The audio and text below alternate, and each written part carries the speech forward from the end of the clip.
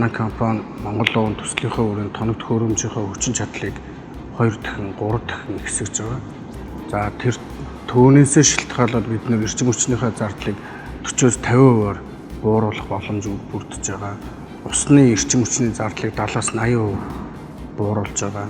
Тэгснээрээ бид нэр тоног төхөөрөмжийн хүчин чадлыг өсгөх, зах зээл бүтээгдэхүүний байр суурийг ихсгэх гэдэг ийм олон боломжууд олгогдож байгаа.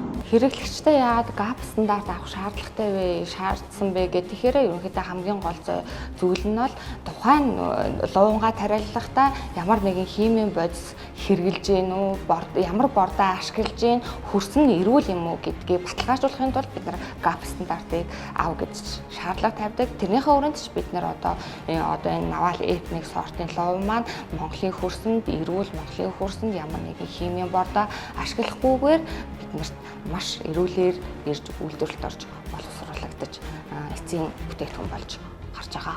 За манай компани нь бол 2018 оноос эхлэн бол Монгол оронд Монгол хөрсөндөө тариалсан луунг бол үйлдвэрлэлээ боловсруулах анхны тийм жижиг шугамыг оруулж ирж ирсэн. За түүнээс хойш бол одоо даруй 6 жил өнгөрсөн байна.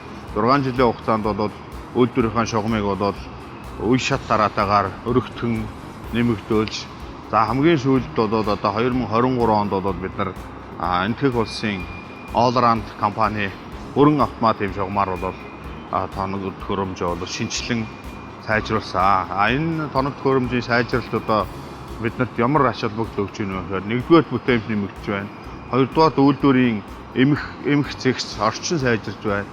Тэгэхээр энэ хаамагны ногоон зээл санхүүжилтийг одоо Монголын бусад компаниуд ялангуяа үндэсний үйлдвэрлэгч нар энэ зээлд хамрагдах юм бол эрчим хүчний зардлыг бууруулах, бүтээмжийг өсгөх юм боломжууд байгаа шүү гэдгийг бусад байгууллагууд, компаниудад уриалмаар байна.